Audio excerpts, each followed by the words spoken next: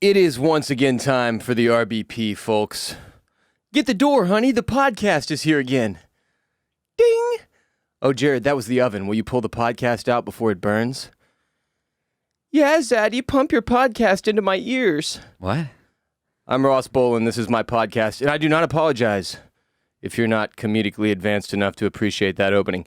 Thankfully, I am joined by Jared Borislow, who on occasion serves as a point of normalcy on this pod, which is cast by a man who has clearly flirted with insanity. Jared, how's your tight little ass, as everyone has come to know it?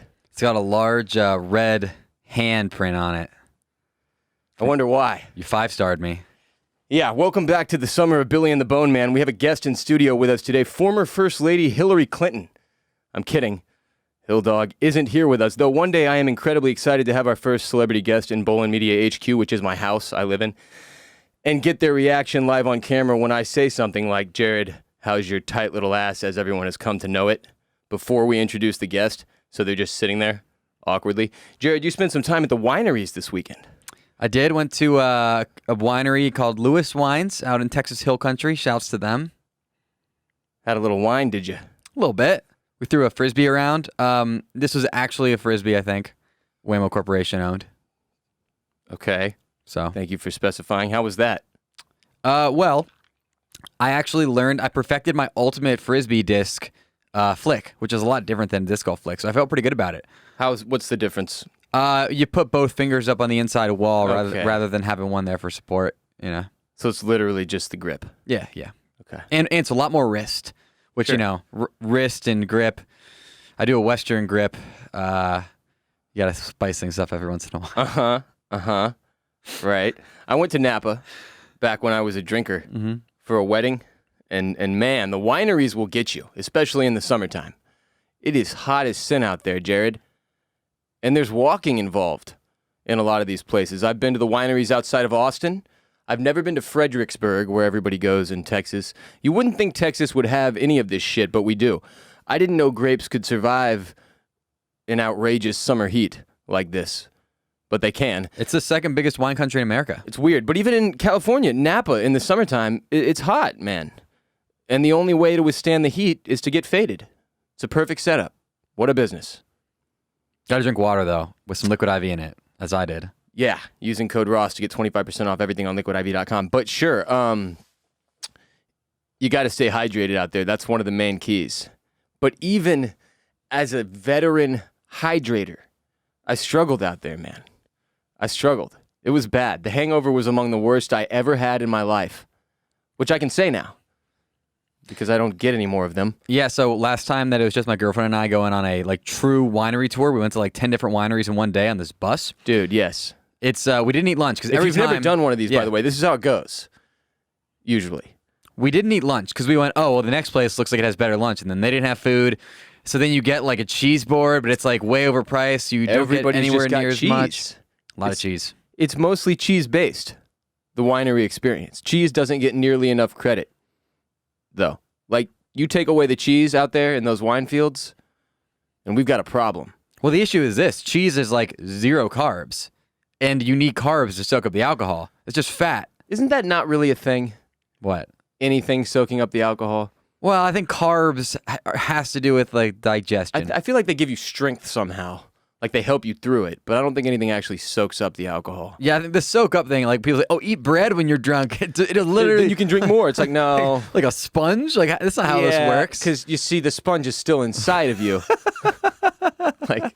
But what I hear is this. My teenage mind believed this, by the way. I was like, fuck, dude, if I just pound Wendy's bacon burgers, I'll be fine. So I think what the truth to it is that carbs make it so your body it's harder to digest carbs. So your body is so busy digesting the carbs that it's not digesting the alcohol. I think that's how it works. So you just die at a faster pace. Yes. Great. I don't really miss wine.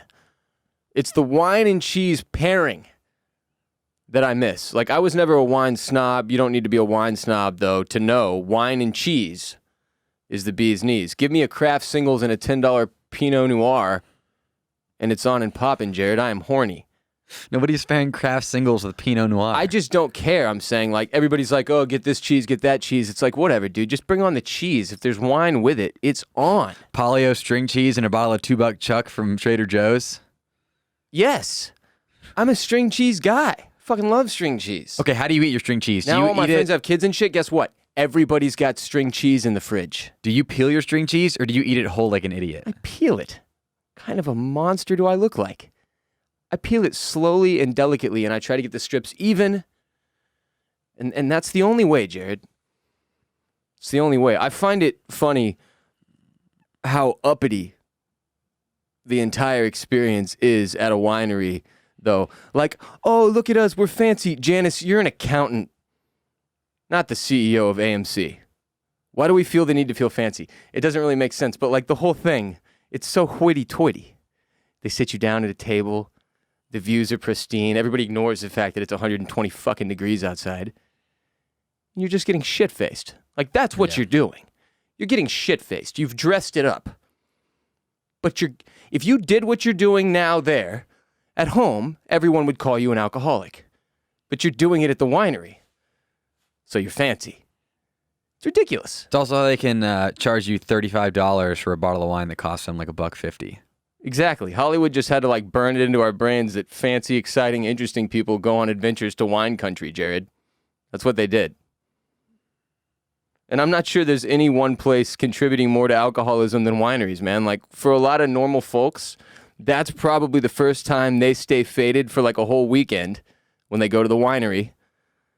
And then they realize, holy shit, disconnecting from reality rules. Like, most basic humans can probably have a couple glasses, right, before they start getting weird, saying things they shouldn't say, laughing a little too loud. Some of the tastings I hit in Napa, these fools are pouring you like 3 glasses of wine before you do the tour,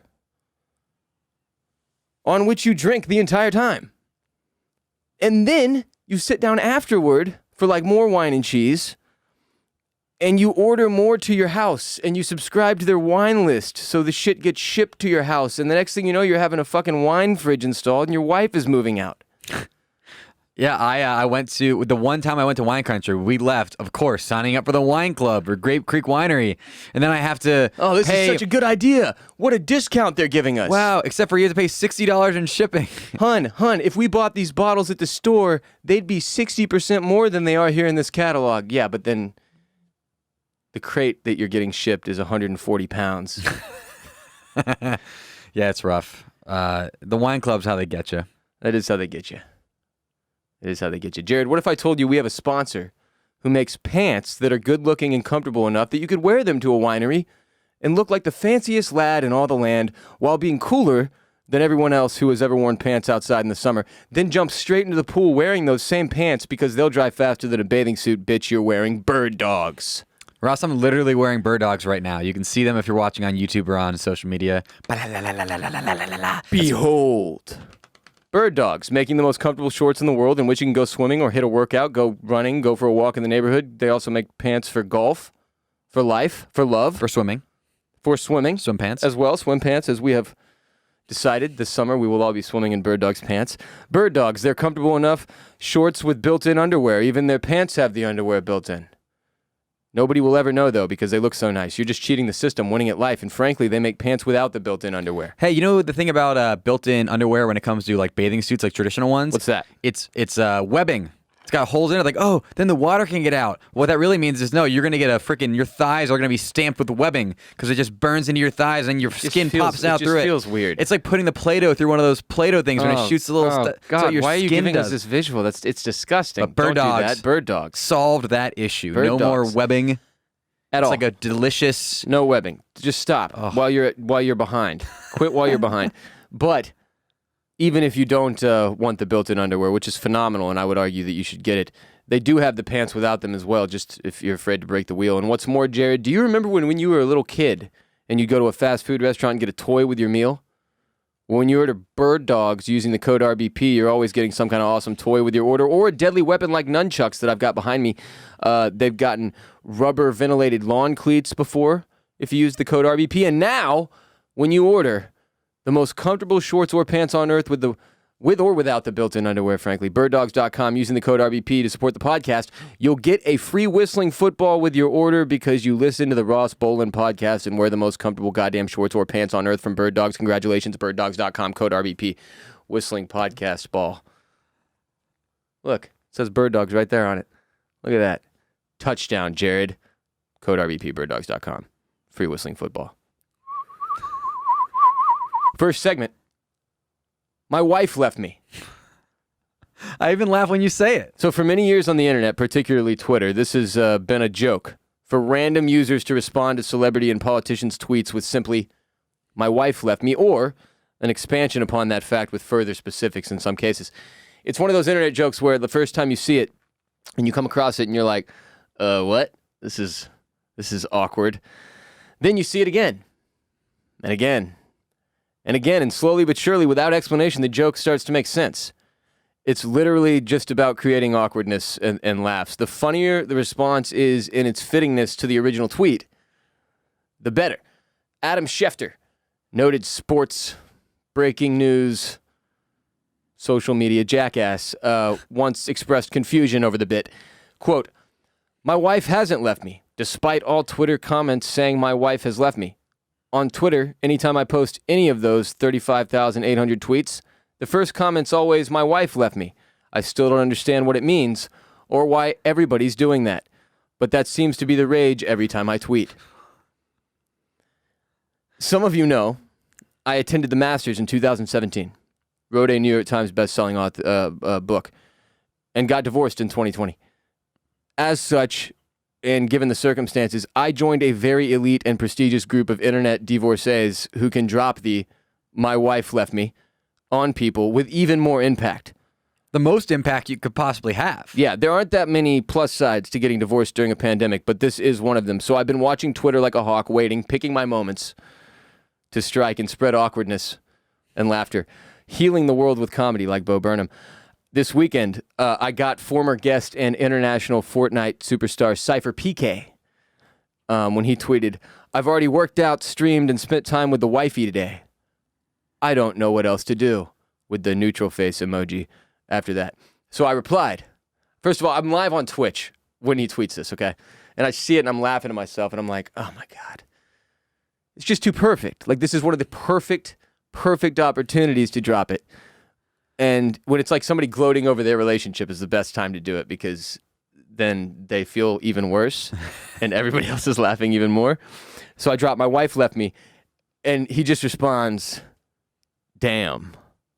And it was so perfect. Like, you got to remember, I had him on the show on Patreon originally. Okay.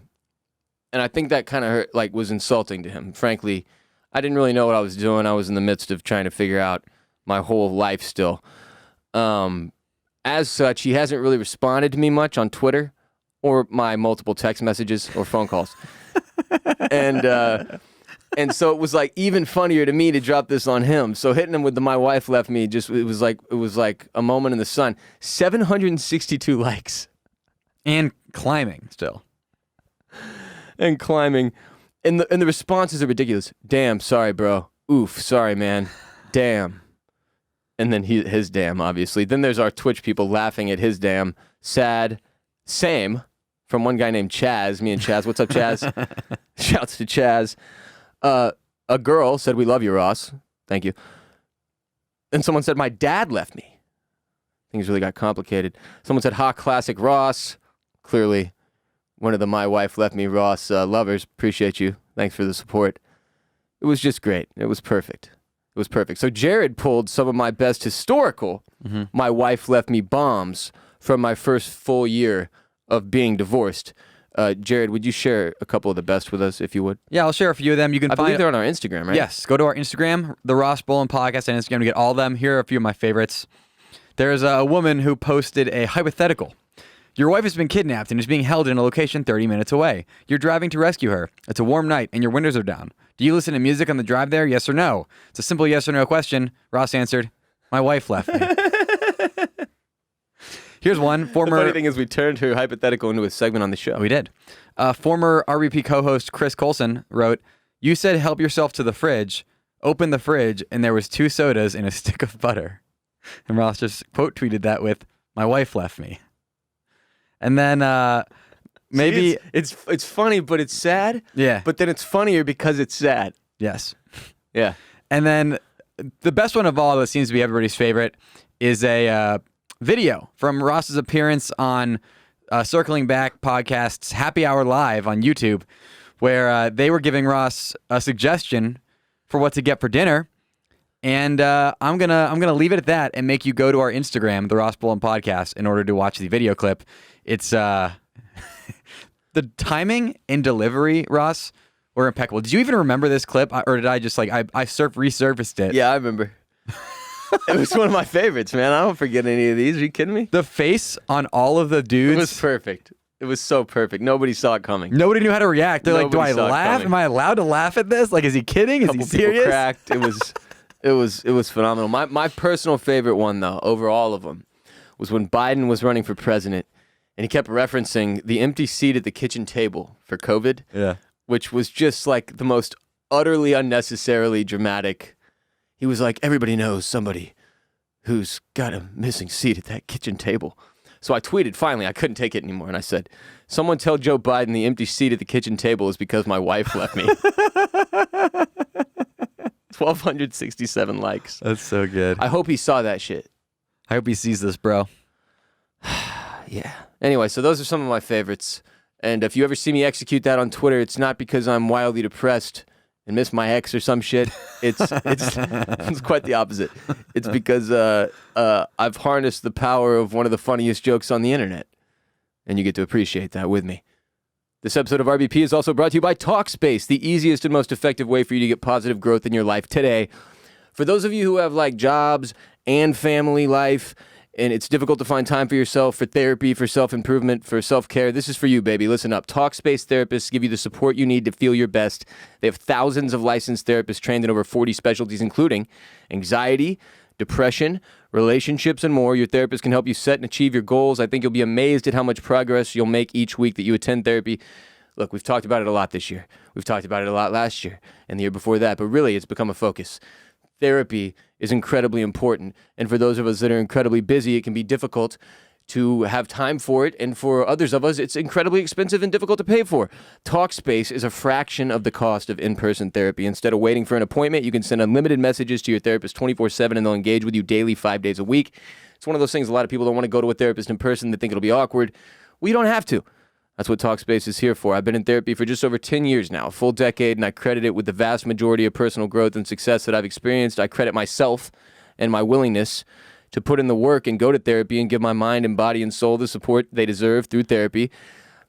I promise you, it is a huge, huge life-changing step to go to therapy, and Talkspace provides you with very easy access to therapy and a therapist. As a listener of this podcast, you'll get $100 off your first month with Talkspace. So if you're dealing with depression or anxiety or substance abuse or trauma or anger management or relationship issues or food and eating issues, or just want to get some stuff off your chest with an unbiased third party that'll make you feel better, it's time to try Talkspace. To match with a licensed therapist today, go to Talkspace.com or download the Talkspace app. Make sure you use the code RBP to get $100 off your first month and show your support for the show. That's Talkspace.com. Code RBP. Next segment. Grab your light. This is Stop the Wikipedia when you're high. Stop the Wikipedia when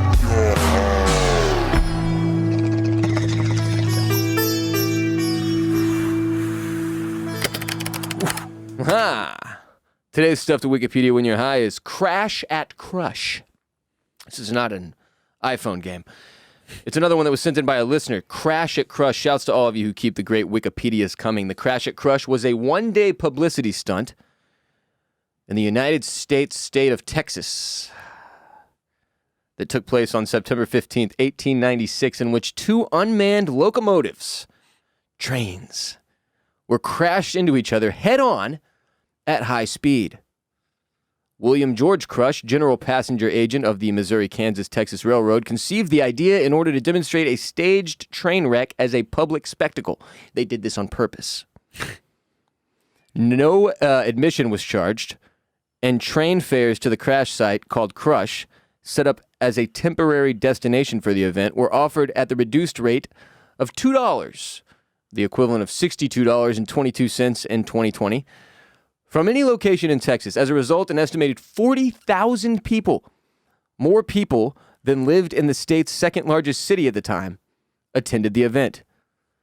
Remember, this is way the hell back in 1896, okay? People weren't the brightest, all right? And Texas was new. 40,000 people wasn't even the biggest city at that point. What, that would have been the second biggest city, it said?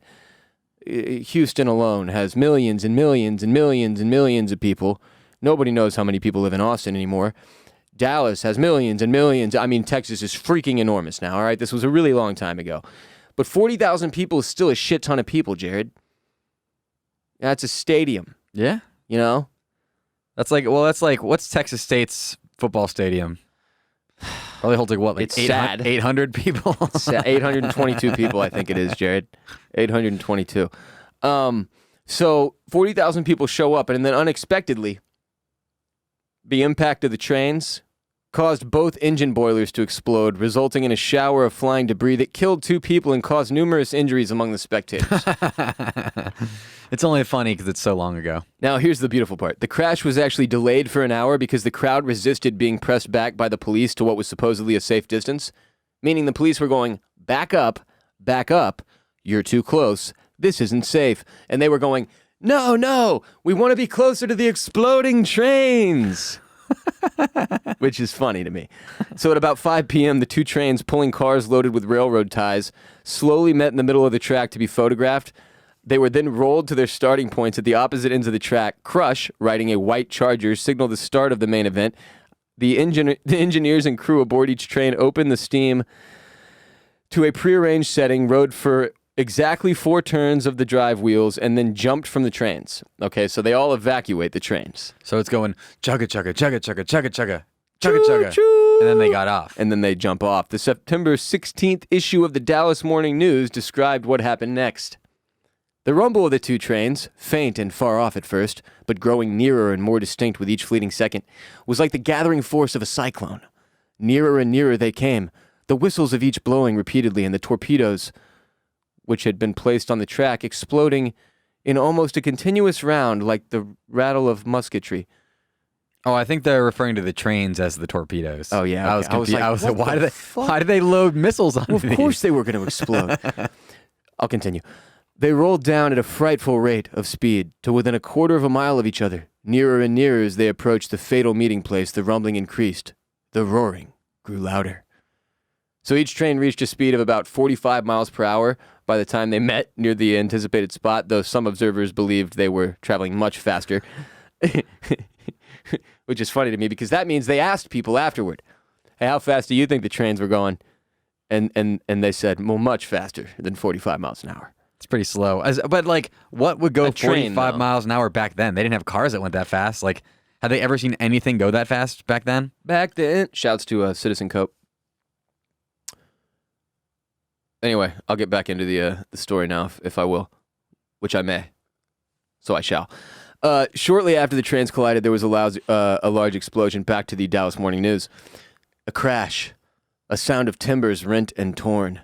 And then a shower of splinters. This is almost insulting if you died in this. Like, what was it, your fucking poem, lady? Or man? Whoever wrote this? Is that just how everything was written back then, though? Fucking Dallas. There was just a swift instance of silence. And then, as if controlled by a single impulse, both boilers exploded simultaneously. And the air was filled with flying missiles of iron and steel, varying in size from a postage stamp to half of a driving wheel.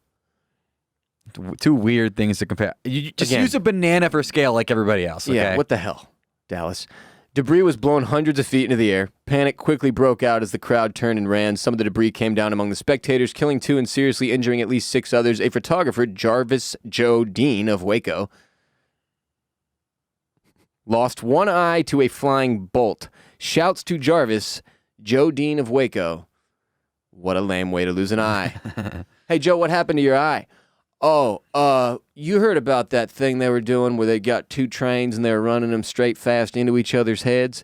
Yeah, I went to take photographs. Goddamn bolt hit me right in my fucking eye. Do you think the bolt went through the viewfinder of his camera? You know? No, because that camera had to have been at least 2.5 feet long. You've seen the cameras back then. True. What movie is it where the dude gets shot through the viewfinder of the sniper rifle? Is it like Wanted or something? I think it's Wanted. Is it also every Bourne movie and half of the James Bond movies? Yeah, probably. Maybe. The locomotives and their boxcars were reduced to scraps of wood and steel. Back to the Dallas Morning News. All that remained of the 2 engines and 12 cars was a smoking mass of fractured metal and kindling wood, except one car on the rear of each train, which had been left untouched.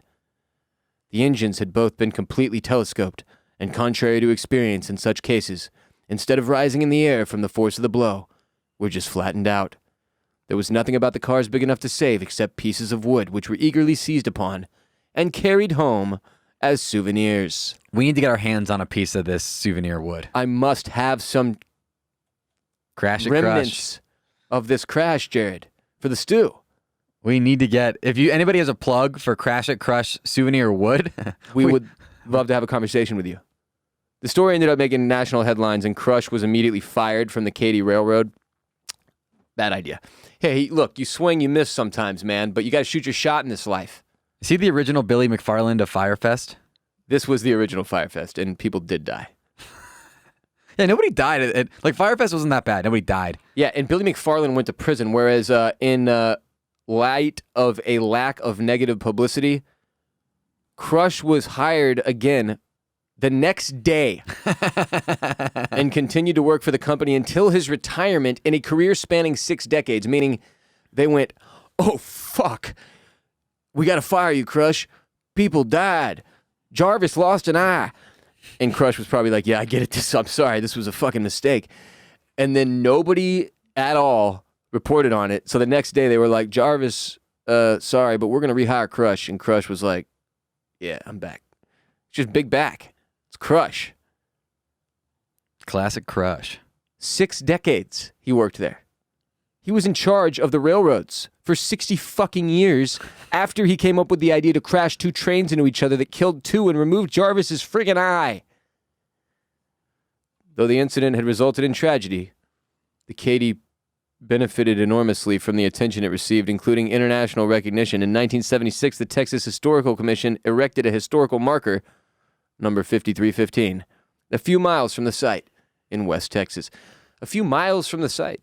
I guess that's as close as they could get to civilization, where anybody would notice. Yeah, maybe that's how far some of the debris went. Never know. Anyway, that was the Crash, Candy Crush. Download Candy Crush now. It's not sponsored. Non-spawn, but... Yeah. Crash at Crush is what it was actually called. What a ridiculous state that I live in. Today's episode is also brought to you by our newest sponsor, Magic Spoon. And if you love cereal like I do, it's time to celebrate, baby, because Magic Spoon makes delicious cereal in every flavor you could possibly want with the ingredients that aren't garbage. So if you like to have a few bowls maybe of cereal before bed like me, you won't feel like garbage in the morning anymore. Seriously, Magic Spoon has changed my life. 0 grams of sugar, 13 to 15 grams of protein, and only 4 net grams of carbs in each serving. Only 140 calories in a serving. It's keto-friendly, gluten-free, soy-free, low-carb. They've got cocoa, fruity, frosted, and peanut butter flavors. They're all incredible. Jared's got 2 of them behind him here. Ross, you recently said when asked at like an icebreaker thing, what is your favorite snack? And what did you say? Cereal. Hilariously, we just got the sponsor, Magic Spoon, which makes delicious cereal. Go to magicspoon.com/RBP to grab a variety pack and try all the flavors today, and be sure to use our promo code RBP when you check out to save $5 off your order. And Magic Spoon is so confident in their product, it's backed with a 100% happiness guarantee, so if you don't like it, which would be bonkers, they'll refund your money, no questions asked. Remember, get your next delicious bowl of guilt-free cereal at magicspoon.com/RBP. Use the code RBP to save $5 when you check out. Thank you to our newest sponsor, Magic Spoon, for sponsoring this episode and providing us with delicious cereal with great ingredients. Yeah, I mean, you really can't lose. You order this, and if you don't like it, you get your money back. If you do, here's your cereal. It's delicious. It really is great, though. Tried all the flavors now. Phenomenal stuff, Jared. You gotta love it. Gotta love it. Next segment. And now, Ross Bolen's Animal of the Week.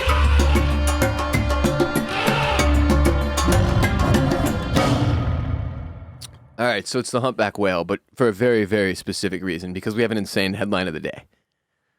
from the Cape Cod Times.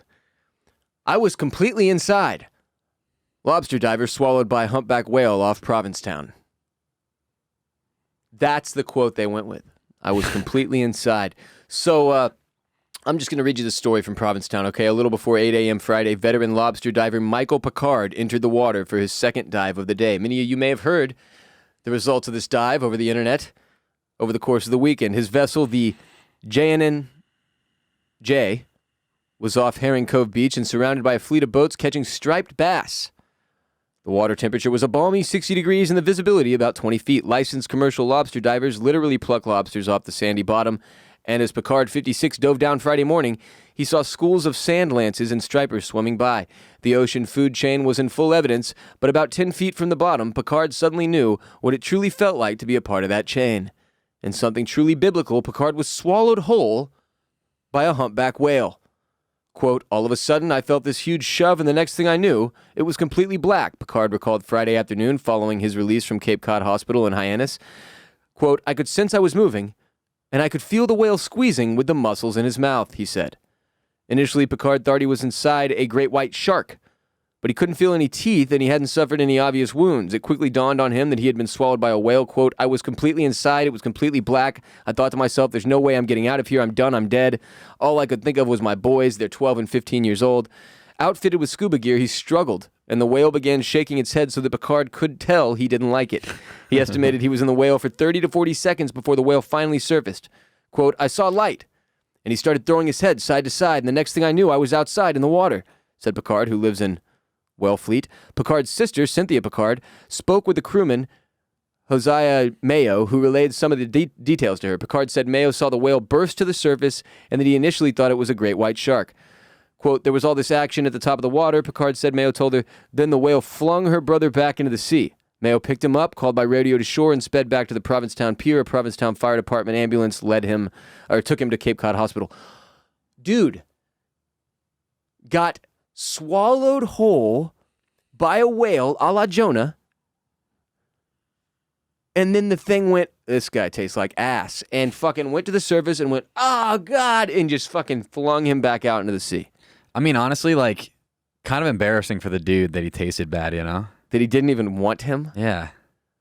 Like, I know whales eat, like, small microplankton and shit, but, like, it's not a good... You don't want to be known as the guy who tastes like shit. Like, what if this guy'd been waiting for the end, and he got eaten by the whale, and he was like, thank the fuck Christ, and then the thing spit him back out, and he just has to pretend he's fine with it, but really he's bummed.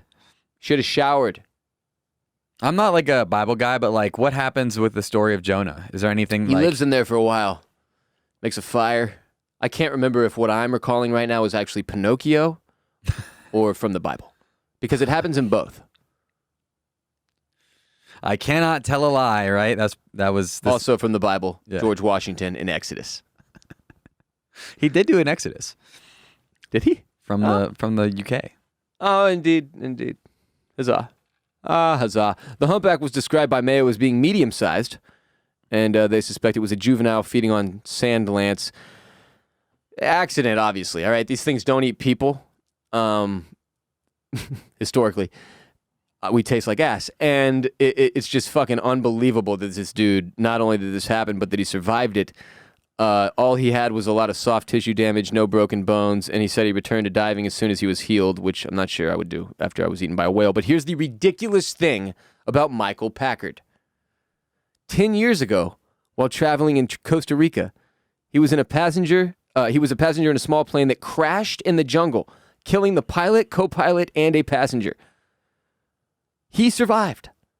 Picard sustained multiple serious injuries to his abdomen and upper body, but survived. The rescuers that found the remaining 5 passengers after 2 nights in the jungle said they wouldn't have survived another night. He was that close to death. And then he got swallowed by a whale. This guy can't be killed. This is Mr. Glass, or Unbreakable? Which one? Oh, Glass is pretty breakable. You don't watch those movies. You don't even know what I'm talking about Nope. right now. Glass Joe from Mike Tyson's Punch-Out? Yes. Next segment? Yeah. Daggering with the lights on. What the hell was the segment we just did anyway? Oh, Animal of the Week, the humpback whale. Mhm. Anyway, shouts to the humpback whale and the guy that survived that. But, okay, so last week, Jared and I had this moment where we were like, yo, we have a green screen. We've got these really nice cameras. We're funny enough. And there's stuff that happens, viral videos on the internet in particular, that we would like to make jokes about that frankly don't really have room on the podcast. They're not substantial enough, for lack of a better word. And we figure, what the hell? Every now and then when there's one that we really love, let's just take a few minutes, write some jokes, and we'll do a reaction video in front of the green screen. So we did one to the now infamous daggering video inside of a all too well-lit bar where one woman who is all too scandalously dressed is pummeled by a very unthoughtful man from behind. Anyway, I watched the video, reacted to it. We put it on the internet, on Instagram, on Twitter, on TikTok. Well, actually, TikTok didn't appreciate shadow the banned. sexual nature of the video, and we had to take it down. But everywhere else, and it did really well. People seemed to really enjoy it. So what we wanted to do, well, first of all, we'll direct you to our Instagram now to watch that video. If you have not watched it already, it should be, 4 or 5 back, probably, if you're listening fairly soon after the release of the show. Or check our IGTV. Or tab. check our Instagram TV. Yeah, it's the only one on there, I think, in fact, which gives us the ability to make over 2-minute videos, up to 2 minutes and 20 seconds or something like that. Anyway, it doesn't matter. I think actually longer on IGTV. Really long on IGTV. Yeah, really long. But we chose to, make one that's reasonable in length for you so that you're not just fucking sitting there watching us make jokes forever. So go watch it. Then here's your task. We want you to tag Jared and I, or at the Ross Bolen Podcast on Instagram, or at Ross Bolen Podcast, at WR Bolen, at Jared Borislow on Twitter and Instagram for me and J-Bone. Tag us in stuff that you see that you think is up the alley of things that we might be willing to react to, because I want specific stuff now. You know what I'm saying? It can't just be any old viral internet video. It has to be something that pertains to Jared or I, our interests, our sense of humor, whether it be disc golf or hip-hop or movies and TV or refusing to shave or get your hair cut. That's what you think my interests Owning are? dogs. We have dogs. What else do we do? What do we like? Sports. We watch sports. And Video games. you like to drink Fireball in Madison. Video So, games. We love Ross- video games. You know what I'm saying, I've though. known All the stuff Ross- we talk about on the show. Known Ross for like 10 years, and he looks at me trying to figure out my hobbies, and he goes, okay, Jared's got long hair and a long beard. Not shaving or getting your hair cut, and he looks at my shirt, which is a Fireball College Club Madison, Wisconsin shirt, and he goes, drinking fire. Do you not know any of my interests? You disc golf. Okay, that was the one you got. You don't watch movies. Cooking? I don't know, man. What do people do? Cooking? Cooking. You're a cooking guy. You like food and cooking. Also, fast food. Cranking? We spend a lot of time talking about fast food. Look, all the things we are as a podcast, all right? Pirates, fast food. Help me out here. Rick Moranis. Rick Moranis. All the things over the years that I've said we're at this podcast now, those things, they're applicable. If you see a video that you think we'd be willing to comment on or you'd like to see us react to, tag us. Again, follow Jared and I everywhere at WR Bolen, at Jared Borislow. Follow RBP on social everywhere at The Ross Bolen Podcast on Instagram, at Ross Bolen Podcast on Twitter, at The Ross Bolen Podcast on TikTok. Jared and I are on Twitch all the time. Twitch.tv/Boss Roland is mine. Twitch.tv/Sir J-Bone over here. Ross, I'd like to do a unscripted final segment for J-Bone. What's that? Jared's going to start a new TV show. I did a recent Twitter poll. You're going to watch a TV show. Okay, because we don't have time to create one right now. No. I wish. Okay. However, if we do hit 3,000 subscribers on YouTube, we're doing a video house tour of Bolen Media headquarters. Which is sort of like you getting to create one episode of a TV show. It is. It'll be very fun. It'll be very be like MTV Cribs, but for Ross's house and with less cars. There's just two. There's Ross's Tesla and my 2008 Nissan Sentra SL with cracked leather seats. It's a Tesla if you're confused. It's Anyway, yeah, back to your story. So I put 4 different all-time legendary TV shows up, and I said to my audience on Twitter, which of one? these should I watch? The 4 I put up were Breaking Bad, The Sopranos, The Wire, and Mad Men. I only put Mad Men on because I wanted to have 4, and I was like, there are people who like it. Nobody rides for it anywhere near as hard as the other 3. I'll tell you, when I saw that list, I considered fighting you, but then I didn't. But yeah, Mad Men's inclusion was upsetting. Deeply upsetting. What would you have put? I watched Mad Men, man. I'm a Mad Men guy or whatever, but like I would never recommend that show to somebody. It's just it's a chore. And Don is not a pleasant man. Okay, what would you replace that with on that list? For ones I haven't seen. Obviously, I'd put like Westworld or Game of Thrones there. Yeah, it's just tough because I don't know what you've seen and what you haven't seen. I have seen like nothing. You know that. Jared, I know, but like I've seen way too many TV shows, and you know that, so it's like hard for me to pick like what off the top of my head. I know you love Handmaid's Tale season 3. Whatever the latest season of Handmaid's Tale is, they've actually like turned things around a little bit, which is wild to me. Because she actually got out at Gilead. Are you watching Succession? Yes, I'm caught up on Succession. Have you seen Boardwalk Empire? No. That's a great one you could put on the list. True Detective. Have you seen True Detective? No. That one bumps to the top. Okay. True Detective season 1. Not then season 2. You stop and you walk away, Jared. I'm not joking. It's not a joke. It's not funny. Stop laughing. I think it's kind of Take funny. it serious, Jared. Take it very serious. Also, one day I recommend Deadwood for you. Oh, it kind of like Westworld a little bit. Yes. If you like cowboy shit, you will love Deadwood. Deadwood is what they called you in college after you drank too much whiskey, right? It's exactly what they called me in college after I drank too much whiskey, Jared. Thank you for telling everyone. So the Twitter poll resulted in everybody, I want to say it was like around 50% of the people said Breaking Bad. Sure. And I said, screw you, I'm going to do The Sopranos because Ross does a Sopranos podcast and I want to be able to listen to that because I have to produce it. So it's kind of like, why would I not get caught up on it Fair enough. if I have to produce a show about it? So... Well, also, you trust me, right? Yeah, I trust you. I mean, you think I know you like Breaking Bad a shit ton, though. Breaking Bad is a phenomenal television You have show. a Funko Pop of Breaking Bad behind you. I do. It's in my top 5. I'm a huge fan. But that being said, nothing fucks with The Sopranos for me. Things have come close. They've tried. They've reached. Game of Thrones got there at one point, and I was like, my God, this is I never thought this way. And then it faltered. I would say a bit too much to stay where The Sopranos is for me. So... yeah, it's my number 1, and it's one of the reasons, Jared, that I love it so much is that it's one of those shows, like any great book or piece of art, really, that it changes as you do. So you can enjoy it as like a 20-year-old or whatever. You probably shouldn't watch it younger than that. I watched this shit at like 17. It may have been a bit too heavy for your boy, but I loved it. You can watch it as a 40-year-old. It's going to mean completely different stuff to you. So, like, this is my first watch through as an adult, as I've put it. Like, really, it's been a few years for me, and I haven't been an adult that long. I'm 34 now. And, you know, I'm slow. What is it called? Late bloomer. And it means it's been totally different. The experience has been completely different for me. But it's been fascinating to see, like, the way the show has grown and changed for me as I have.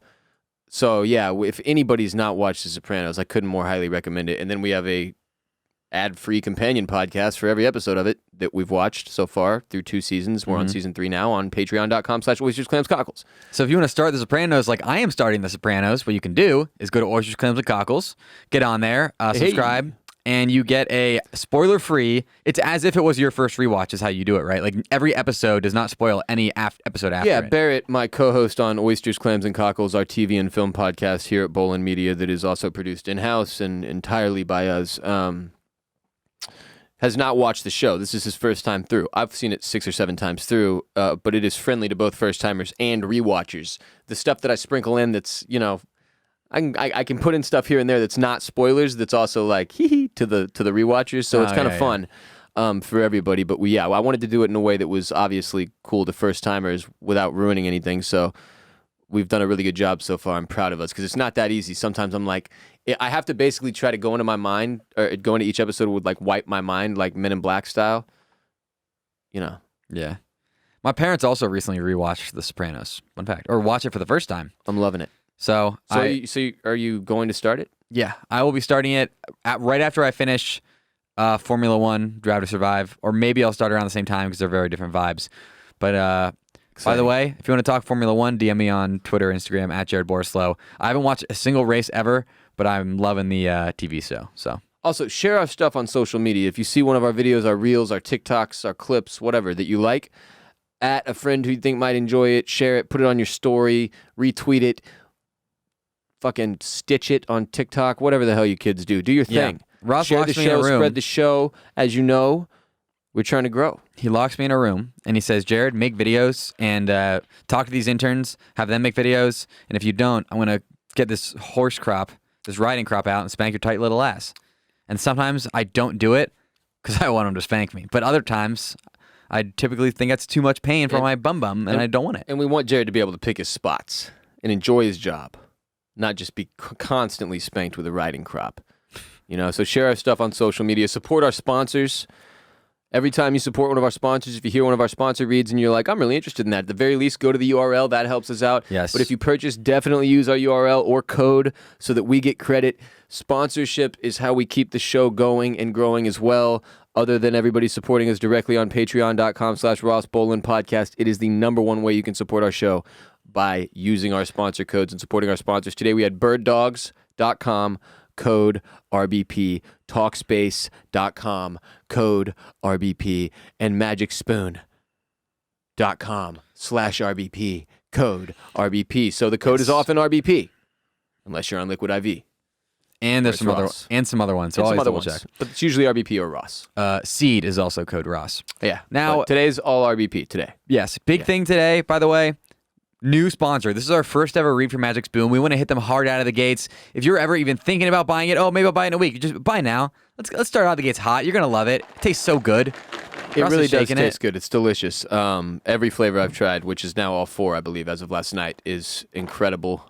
It'll remind you of a cereal you've had during your childhood, but be a flavorful, delicious experience that is also not trash for your body. Look at those giant numbers on the boxes. I'm holding them up. You see them there. 0 sugar, 4 net carbs, 14 grams of protein. Get yourself some Magic Spoon. MagicSpoon.com/RBP, code RBP. New sponsor, new sponsor, new sponsor. Yep. Magic Spoon. That 0 grams of sugar. Love that. Yeah. Anytime you hear a sponsor read that you enjoy, though, and or you're interested in, please go to the website, use the codes. If you've got, Father's Day coming up, for example, every time you have to get something for your mom or your dad or your brother or your sister or your girlfriend, think to yourself, does RBP have a sponsor that they would love? And then go use We it. do, though. We have a sponsor We for always everybody. do. Your We dad always wants Sunday do. lawn care. Your mom wants a weighted blanket from Gravity Blankets. Like, we got you covered. We And got you covered. everybody needs pants to swim in this summer, Jared. So Swim support our pants. sponsors and get on patreon.com/Ross Bolen Podcast. And last but not least, if you get Magic Spoon, J-Bones, secret tip, get the peanut butter and the cocoa and mix them together. I was gonna say I didn't want to give that away. Read one, Oh.